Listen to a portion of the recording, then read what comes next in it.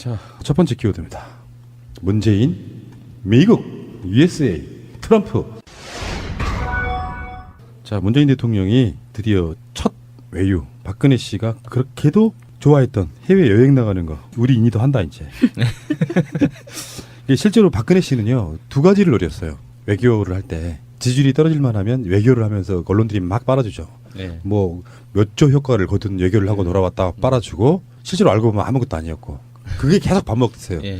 그리고 나면 지지율이 올라요. 그 외유 효과로 인해서. 근데 문재인 대통령이 지금 다른 사람도 아니고 모르죠. 이 사람도 탄핵당할지 모르겠지만 미국 대통령 트럼프의 초청으로. 초청이라는 게 예, 중요하죠. 그게 중요하죠. 예, 예. 이따가 다시 이야기할게요. 그 부분은. 그래서 6월 28일부터 7월 2일까지 미국을 방문한다 이겁니다. 3박 5일 동안 우리 인이를 보지 못해. 그 트위터에도 그 이야기 있더라고요. 5일 동안 인이 못 보는 거냐? 벌써 금단진상. 이렇게. 외신을 열심히 뒤지면 나올 겁니다. 마차님, 외교에 있어서 초청하는 것과 안 하는 것은 얼마나 다릅니까? 그 방문에는 한 5가지 정도로 나눌 수가 있는데 국빈 방문, 공식 방문, 실무 방문, 비공식 방문, 그리고 사적인 방문이 있어요. 근데 지금같이 국빈 방문, 트럼프가 초청을 한 경우에는 나라의 손님으로 가는 거기 때문에 최고 예우를 해주고요. 저희가 봤던 뭐 의장대 나오고 의전하고 예. 이런 것들을 다 해주는 거고 접대는 물론 그 나라, 초청한 나라에서 전액 부담을 하게 됩니다. 아, 이런 경우에 국빈이라고 부르는 거예요. 네. 초청을 해서 가는 경우에. 네. 근데 그것과 비교를 해볼 수가 있는 게 2013년에 한미 동맹 60주년에 미국 국빈 방문이라고 해서 박근혜가 간 적이 있었어요. 예. 근데 당시에서는 미국에서 의장단은커녕 아무도 안 나왔었거든요. 전부 다 우리나라 정부 관계자들만 나왔을 때 박근혜가 비행기에서 나오면서 이렇게 손을 흔드는 장면이 있어요. 근데 미국 사람은 아무도 없고 우리나라 사람들한테만 했었던, 그런데 언론에서는 전부 국빈이라고 썼기 때문에 이거 굉장히 그때 막 말이 많았었죠. 국빈이 아닌데 국빈인 척했다. 그런데 공식 방문은 많이들 들어보셨잖아요. 이때는 초청은 아닌데 서로 일정을 조율해서 합의된 방문이지만 의전이나 격식이 좀 더 간소화된 것. 이때는 이제 공식 방문이고 이때는 가는 사람이 돈을 내는 거고요. 가는 사람. 네, 그게 중요하죠. 돈을 누가 내느냐. 네. 뭐 이 정도. 나머지는 네. 그렇게. 네, 맞아요. 네. 사적인 방문을 알 필요도 없고. 네. 대통령이 사적으로 외국 나가는 일은 없을 거예요. 임기 기간 동안에. 예. 너무 바빠. 우리가 모르게 나갔다 왔을 수도 있어. 올차 쓰고요. 그렇죠. 그래서 이 정상회담이 사실은 문재인 정부에 있어서 가장 중요한 외교의 시작이에요. 지금 이 의제가 문재인 정권이 들어서서 해결해야 될 가장 시급한 외교 문제가 북핵 문제거든요. 예.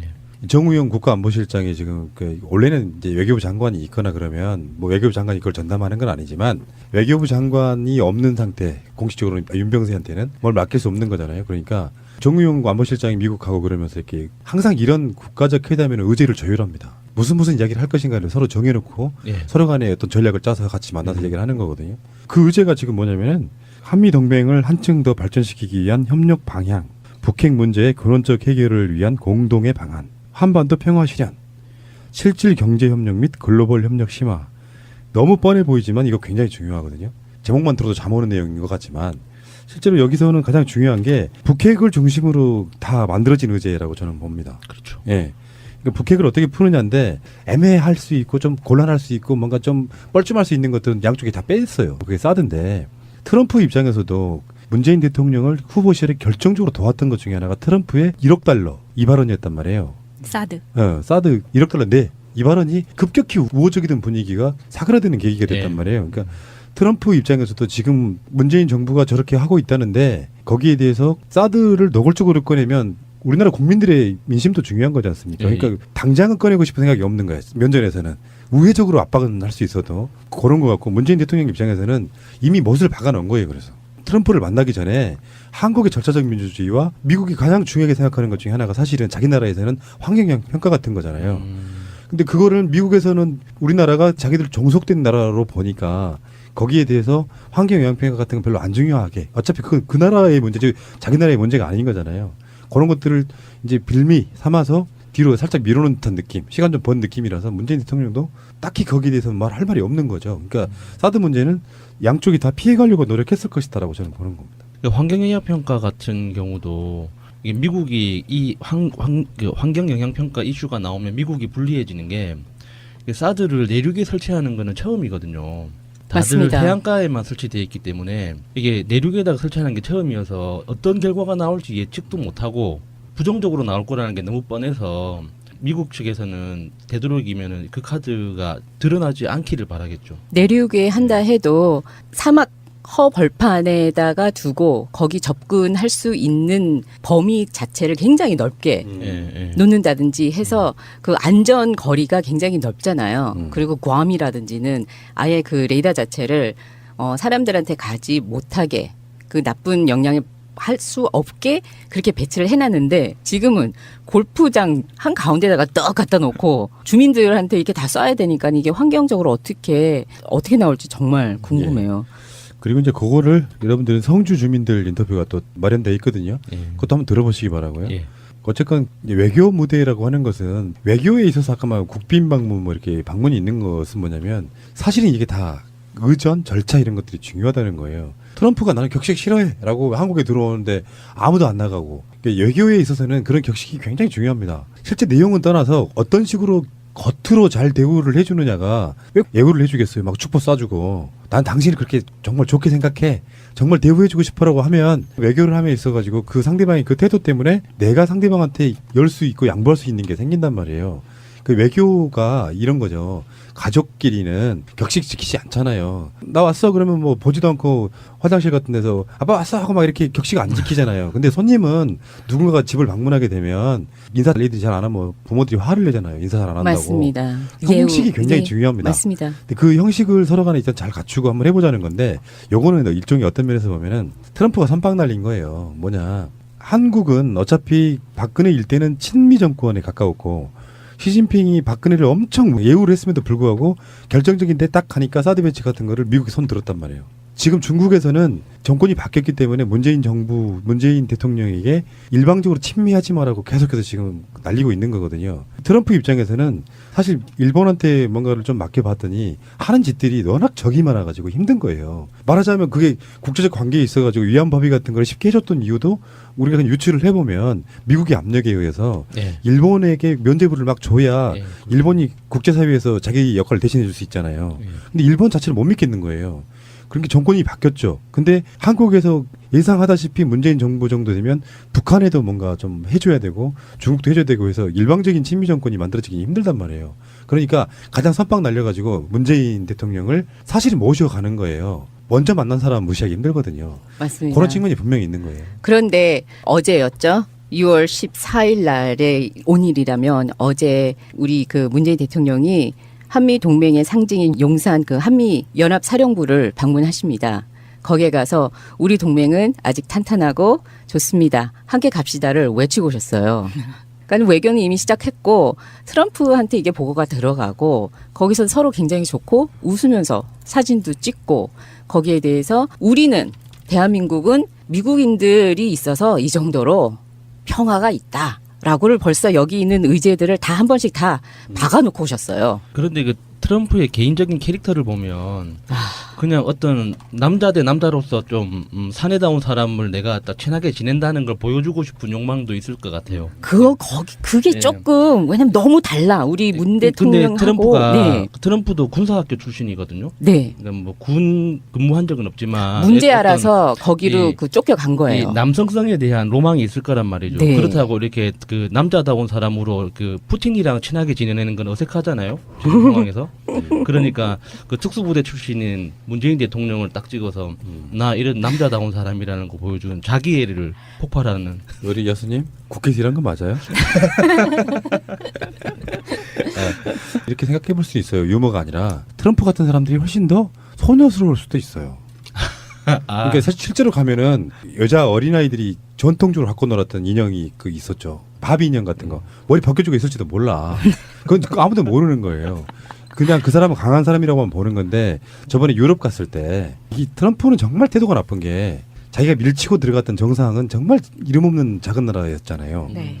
만약에 그거를 세계 강대국인 중국의 시진핑을 밀치거나 그렇게는 안 했을 거란 말이에요. 그러니까 이 사람 자체는 기본이 너무 안 돼 있는 사람이긴 한데 이 의제 설정은요 트럼프의 의지랑은 상관없어요. 제가 봤을 때는 트럼프는 그냥 일정 잡아주면 지가 가서 자기 하고 싶은 걸 하는 거고 백악관에 있는 담당자들 이런 사람들이 의제 설정은 미리 해놓고 그렇죠. 트럼프는 또 의제가 뭔지도 모르고 들어갈 가능성도 저는 있다고 봅니다. 솔직히 말하면. 그렇죠. 그 전날에 또 그 큰 만찬을 참석을 할 터이니 트럼프가 29일 날에 우리 본회의에 어느 정도 정신을 차리고 들어올지는 그것도 큰 의문입니다. 그리고 예, 아까 푸나님이 말씀하셨듯이 트럼프가 우인기 이야기였어요. 시진핑이 방미했을 때 손주들이 중국어로 노래를 하게 했었어요. 시진핑 앞에서.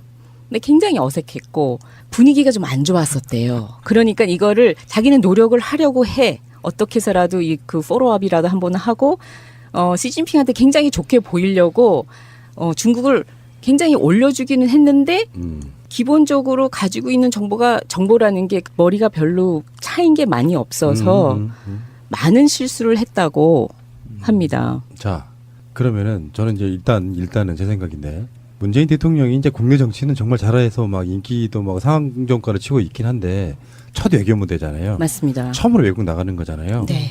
그래서 저는 정말 기대가 되는데 우리 트위터리안들은 어떤 기대를 하고 계신지 트윗을 한번 소개해 주십시오. 다시 희망을 이라는 분이 깍! 드디어 미국 가신다. 제일 처음 가는 게 미국이다. 이 꼴보수더라. 그 후보 때 그 공격 많이 했잖아요. 대통령 되면은 어디를 제일 먼저 갈 거냐. 속으로는 북한 가라, 북한 가라, 북한 가라. 그렇게 깔아놓고 막 공격을 많이 했는데 봐라 꼴보수더라. 미국 간다. 이거는 현실적으로 그런 거였어요. 우리 학교 다닐 때 정도의 연령대에서는 반미, 저도 약간 반미 성향이 좀 있어요. 우리 같은 사람들은 네. 태생적으로 네. 너무 정석되는 게 싫고 그걸 억누르는 미국이 싫고 그런 건데 대통령은 그거를 무시할 수는 없죠. 국제적 역학관계에서 네, 정치적 현실인데 네. 어쩔 수 없죠. 그 G2라고는 하지만 사실 미국의 영향력은 이제 원톱에 가깝고 예. 굳이 상대를 갖다 붙이니 중국이지 예. 군사합의 내문에서는 비교할 수가 좀 힘들어서 미국을 바로 무시하기는 좀 힘들고요. 맞서 싸워서 이길 수 없다면 그들을 이용하는 것이 훨씬 더 좋은 애교입니다. 행님의 트윗입니다. 속보 문재인 대통령 방미 경제 효과 900조 원. 이명박 G20, G20 450조 원인 2배 효과로 역대 최고 수익 예상이라고 올려주셨습니다. 동맹 다지며 신뢰 쌓기 초점이라는 그 기사도 링크해 주셨는데요. 보면은 다들 그 국제적으로 지금 증권 마켓이 굉장히 긍정적으로 보고 있고 어떻게 움직이는가 미국과 한국이 어떻게 움직이고 그 다이나믹으로 유럽이 어떻게 움직이고 유럽하고 미국 어떻게 움직이고에 대해서 정말 그 울림이 정말 많아요. 그래가지고 피크를 계속 치고 있거든요. 그래서 이것은 그냥 억측이 아닌 정말 좋은 효과가 있으리라고 경제학자들은 말을 하고 있습니다. 안영호님의 트윗입니다. 미국 정부가 정상회담을 할 때 회담 상대국의 정상이 자국민들로부터 얼만큼의 지지를 받고 있느냐에 따라 대접이 달라집니다. 문재인 대통령이 받는 국민 지지율은 대단히 높습니다. 이달 말 트럼프와의 회담에서 대한민국의 이익을 극대화하시기를 기원합니다. 이렇게 올려주셨는데 지금 미국 교포들은 벌써 많이들 들떠 있으신 예. 것 같아요. 환영한다는 네. 이야기가 많더라고요. 우리 일을 실물로 볼 수 있어서 얼마나 좋을까. 이게 그런 거 있죠. 확실히 대통령 하나만 바뀌어도 희망이 달라져요. 우리는 박근혜가 미국 갈 때는 뭘 팔아먹으려고 가나 이런 생각이 드는데 문재인 대통령을 우리가 아는 입장에서는 그런 생각보다는 뭔가 우리 국익을 위해 잘 싸워줄 거야라는 믿음이 생기니까 같은 외국인 나가는 쓰는 출장비도 아깝지가 않은 심지어는 미국 돈으로 갔다 와. 필 프라임님이 우원식 의원 그 인터뷰 그 기사 한미 정상회담 야당 동행 제안 한국당만 반대 이 링크를 걸어놓고 코멘트 붙이신 게 자한당의 반대 외길 인생 변함없는 국정농단 이렇게 써주셨는데 이 보통 그 정상회담 할 때 박근혜도 그렇게 했습니다. 이명박도 그렇게 했고 이렇게 야당에서도 의원들끼리의 어떤 이벤트도 만들거든요. 굉장히 많은 일이 일어나요. 그러니까 우리가 스포트라이트는 정상회담 하나만 보이지만 그 주변에 그러니까 민간 단체까지 기업들까지 그리고 민간 교류까지 굉장히 많이 많은 이벤트가 일어나는데 그 중에서도 이제 야당 의원들 입장에서도 할 일이 할 수 있는 게 분명히 있거든요. 자기들이 챙길 수 있는 게. 그런데 지금 자한당 스스로 자멸하는 것밖에 안 되는 것 같아요. 맞죠? 예. 예, 자기 뺨을 열심히 때리고 있는 맞아요. 그런 격인데 야당이 국정의 동반자라는 말은 서로 간의 협력 관계라는 게 일단 있어야지. 예. 반대를 위한 반대를 해버리면 어떻게 협력을 합니까? 미국에 니들 국회의원도 같이 데리고 가서 같이 한번 해보자 이건데 그것도 예. 거절하고 있는 거잖아요. 예. 그런데 지금 연습을 열심히 하고 계시는 거라고 저는 뭐든지 다 긍정적이잖아요. 이니 하고 싶은 거 다 해님의 트윗입니다. 뉴스에 링크를 걸어 놓으시고 이런 멘트를 남기셨습니다. 질적으로 다른 두 사람 어떠려나 흐흐라고 올려주셨는데 맞습니다. 트럼프하고 문재인 대통령하고는 정말 질적으로 하고 그 분위기나 성격이나 정말 너무너무 다른데 여태까지 그 한 달 동안에 문재인 대통령이 보고 느끼고 지금 정말 힘들게 했던 우리 자한당의 태도를 딱 그만큼만 트럼프가 하겠다라고 생각하시고 가시면은 될 것 같아요. 나 돈 줘. 사드 내 거야. 내 거 원하면 돈 줘. FTA 싫어. 내 거 더 해줘. 라든지 그냥 막무가내 나오면은 그냥 허허허 웃으시면서 아, 네, 그러면은 지금 우리가 의제가 이건데요. 라고 잘 얼리고 달래고 하시잖아요. 눈 꺼벅꺼벅 하시면서. 알자지라 방송에서 이제 한국에 있는 특파원 연결해가지고 이렇게 하는 걸 한번 봤는데요. 재밌더라고요. 주로 어떤 내용이냐면은 제 생각엔 두 사람의 공통점은 별로 없는 것 같습니다. 성격이나 이념적인 면에서 그 둘은 매우 다른 사람들이죠. 문 대통령은 진중하고 신중한 꼼꼼한 정책가이죠. 오랫동안 유지해온 정책적 입장으로도 잘 알려졌고요. 반면에 도널드 트럼프는 정반대라고 할 수 있습니다. 그는 대담하면서 변덕이 심하고 무모한 정책 변경을 하는 경향이 있지요. 정말 솔직하게 말씀드리면 아마 문 대통령은 트럼프 대통령을 상스럽다고 생각할 거예요. 전 정말로 그들이 서로 싫어할 거라고 생각해요. 문 대통령이 한국 국민들에게 어떻게 어필할 수 있었나요? 라고 물어요. 이제 앵커가. 왜 국민들이 문재인 대통령을 뽑은 거죠? 하니까 문재인 대통령은 곧고 강직한 사람으로 보여집니다. 그를 보시면 예의 바르고 신중하며 교수님 같다는 생각이 들죠. 뭐 이런 식으로 이렇게 칭찬을 하는데 알자지라라고 하는 게 기본적으로 반미 성향이 좀 있기 때문에 트럼프는 혹평하고 문재인 대통령은 좀 띄워주는 이런 것도 있었겠지만 실제로 그런 느낌이잖아요. 네. 문재인 대통령 미국 간다는 게 이제 엠바고가 걸려서 정보가 들어와서 그러니까 오늘 새벽에 나간 방송이 평상시 때 한 1시 좀 넘어서 나가거든요. 두 번째 피가 2시가 엠바고였어요. 그게 이제 미국 정부의 업무가 시작되는 시간이랑 연관이 있는 거예요. 그걸 발표하는 시간이라 그러니까 새벽 2시 정도 넘어서 그걸 발표를 해라 엠바고가 걸려 있는데 그래서 그 방송에 그 내용을 집어넣으려고 그 2시에다가 걸어놨는데 이미 검색을 해보니까 한국 언론들이 이미 11시 때부터 그걸 설레발 치고 있어. 아. 그런 예의는 좀 지켜줬으면 그러니까. 좋겠어요. 정말. 그게 외교란 말이에요. 네, 한국 시간에서의 엠바고는 그런 의미가 좀 있죠. 그러니까 미국하고도 똑같은 시간대에 발표가 돼야 서로 간에 이렇게 격이 맞는 건데 그렇죠. 한국만 설레발 치고 있어 지금. 예. 그렇게 하지 말자는 건데 언론도 맞습니다. 참, 예. 아, 정말. 알겠습니다. 자, 문재인, 미국, 트럼프 이런 내용이었습니다. 트럼프는 지금 잘생긴 대통령 국가원수 몇 위 안에 드나요? 어떤 식으로 겉으로 잘 대우를 해주느냐가 왜 예우를 해주겠어요. 막 축복 쏴주고 난 당신을 그렇게 정말 좋게 생각해. 정말 대우해주고 싶어라고 하면 외교를 함에 있어가지고 그 상대방의 그 태도 때문에 내가 상대방한테 열 수 있고 양보할 수 있는 게 생긴단 말이에요. 그 외교가 이런 거죠. 가족끼리는 격식 지키지 않잖아요. 나 왔어 그러면 뭐 보지도 않고 화장실 같은 데서 아빠 왔어 하고 막 이렇게 격식 안 지키잖아요. 근데 손님은 누군가가 집을 방문하게 되면 인사 레이들이 잘 안 하면 부모들이 화를 내잖아요. 인사 잘 안 한다고. 맞습니다. 형식이 예우. 굉장히 네, 중요합니다. 맞습니다. 근데 그 형식을 서로 간에 일단 잘 갖추고 한번 해보자는 건데 요거는 일종의 어떤 면에서 보면은 트럼프가 선빵 날린 거예요. 뭐냐. 한국은 어차피 박근혜 일대는 친미 정권에 가까웠고 시진핑이 박근혜를 엄청 예우를 했음에도 불구하고 결정적인 데 딱 가니까 사드 배치 같은 거를 미국이 손 들었단 말이에요. 지금 중국에서는 정권이 바뀌었기 때문에 문재인 정부, 문재인 대통령에게 일방적으로 친미하지 마라고 계속해서 지금 날리고 있는 거거든요. 트럼프 입장에서는 사실 일본한테 뭔가를 좀 맡겨봤더니 하는 짓들이 워낙 적이 많아가지고 힘든 거예요. 말하자면 그게 국제적 관계에 있어가지고 위안부 합의 같은 걸 쉽게 해줬던 이유도 우리가 그냥 유추를 해보면 미국의 압력에 의해서 예. 일본에게 면죄부를 막 줘야 예. 일본이 국제사회에서 자기 역할을 대신해 줄 수 있잖아요. 예. 근데 일본 자체를 못 믿겠는 거예요.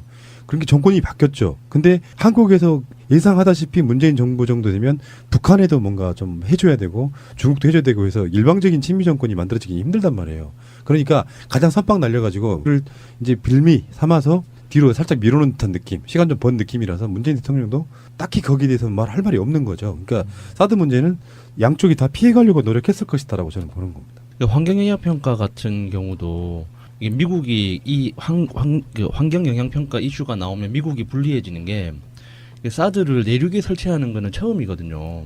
다들 맞습니다. 해안가에만 설치되어 있기 때문에 이게 내륙에다가 설치하는 게 처음이어서 어떤 결과가 나올지 예측도 못하고 부정적으로 나올 거라는 게 너무 뻔해서 미국 측에서는 되도록이면은 그 카드가 드러나지 않기를 바라겠죠. 내륙에 한다 해도 사막 허벌판에다가 두고 거기 접근할 수 있는 범위 자체를 굉장히 넓게 음. 예, 예. 놓는다든지 해서 그 안전 거리가 굉장히 넓잖아요. 음. 그리고 괌이라든지는 아예 그 레이더 자체를 사람들한테 가지 못하게 그 나쁜 영향을 할 수 없게 그렇게 배치를 해놨는데 지금은 골프장 한 가운데다가 떡 갖다 놓고 주민들한테 이렇게 다 쏴야 되니까 이게 환경적으로 어떻게 나올지 정말 궁금해요.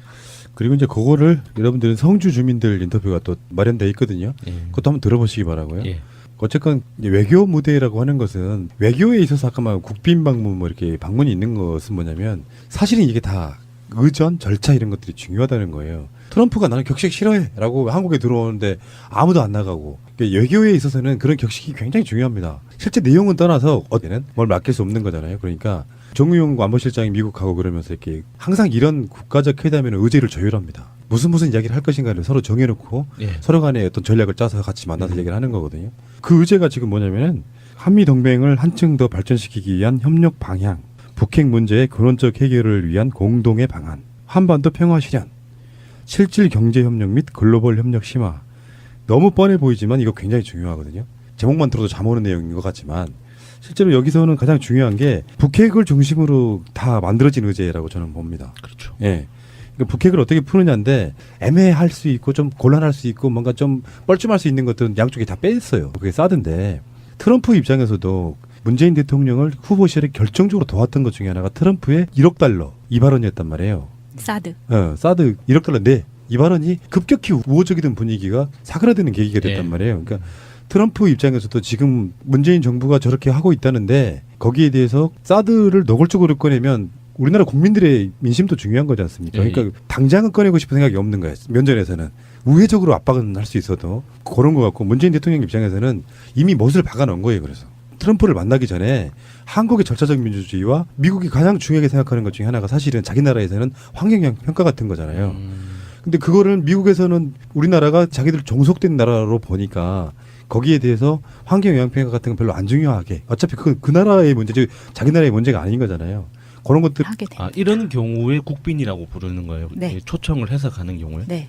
근데 그것과 비교를 해볼 수가 있는 게 2013년에 한미 동맹 60주년에 미국 국빈 방문이라고 해서 박근혜가 간 적이 있었어요. 예. 근데 당시에서는 미국에서 의장단은커녕 아무도 안 나왔었거든요. 전부 다 우리나라 정부 관계자들만 나왔을 때 박근혜가 비행기에서 나오면서 이렇게 손을 흔드는 장면이 있어요. 근데 미국 사람은 아무도 없고 우리나라 사람들한테만 했었던 그런데 언론에서는 전부 국빈이라고 썼기 때문에 이거 굉장히 그때 막 말이 많았었죠. 국빈이 아닌데 국빈인 척했다. 그런데 공식 방문은 많이들 들어보셨잖아요. 이때는 초청은 아닌데 서로 일정을 조율해서 합의된 방문이지만 의전이나 격식이 좀 더 간소화된 것. 이때는 이제 공식 방문이고 이때는 가는 사람이 돈을 내는 거고요. 하는 사람. 네, 그게 중요하죠. 돈을 누가 내느냐. 네. 뭐 이 정도 나머지는 그렇게 네, 맞아요. 네. 사적인 방문을 알 필요도 없고 네. 대통령이 사적으로 외국 나가는 일은 없을 거예요. 임기 기간 동안에. 예. 너무 바빠. 우리가 모르게 나갔다 왔을 수도 있어. 올차 쓰고요. 그렇죠. 그래서 이 정상회담이 사실은 문재인 정부에 있어서 가장 중요한 외교의 시작이에요. 지금 이 의제가 문재인 정권이 들어서서 해결해야 될 가장 시급한 외교 문제가 북핵 문제거든요. 예. 정우영 국가안보실장이 지금 원래는 이제 외교부 장관이 있거나 그러면 뭐 외교부 장관이 그걸 전담하는 건 아니지만 외교부 장관이 없는 상태 공식적으로 윤병세한테 자, 첫 번째 키워드입니다. 문재인, 미국, USA, 트럼프. 자, 문재인 대통령이 드디어 첫 외유 박근혜 씨가 그렇게도 좋아했던 해외 여행 나가는 거 우리 인이도 한다 이제. 실제로 박근혜 씨는요 두 가지를 노렸어요. 외교를 할 때 지지율이 떨어질 만하면 외교를 하면서 언론들이 막 빨아주죠. 예. 뭐 몇 조 효과를 거둔 외교를 하고 돌아왔다 빨아주고 실제로 알고 보면 아무것도 아니었고 그게 계속 반복됐어요. 예. 그리고 나면 지지율이 올라요. 외유 효과로 인해서. 근데 문재인 대통령이 지금 다른 사람도 아니고 모르죠. 이 사람도 탄핵당할지 모르겠지만 미국 대통령 트럼프의 초청으로 초청이라는 게 예, 중요하죠. 그게 중요하죠. 예, 예. 이따가 다시 이야기할게요. 그 부분은. 그래서 6월 28일부터 7월 1일까지 미국을 방문한다 이겁니다. 3박 5일 동안 우리 인이를 보지 못해. 그 트위터에도 그 이야기 있더라고요. 5일 동안 인이 못 보는 거냐? 벌써 금단진상 이렇게. 외신을 열심히 뒤지면 나올 겁니다. 마차님 외교에 있어서 초청하는 것과 안 하는 것은 얼마나 다릅니까? 그 방문에는 한 5가지 정도로 나눌 수가 있는데 국빈 방문, 공식 방문, 실무 방문, 비공식 방문 그리고 사적인 방문이 있어요. 근데 지금 같이 국빈 방문 트럼프가 초청을 한 경우에는 나라의 손님으로 가는 거기 때문에 최고 예우를 해주고요. 저희가 봤던 뭐 의장대 나오고 의전하고 예. 이런 것들을 다 해주는 거고 접대는 물론 그 나라 초청한 나라에서 전액 부담을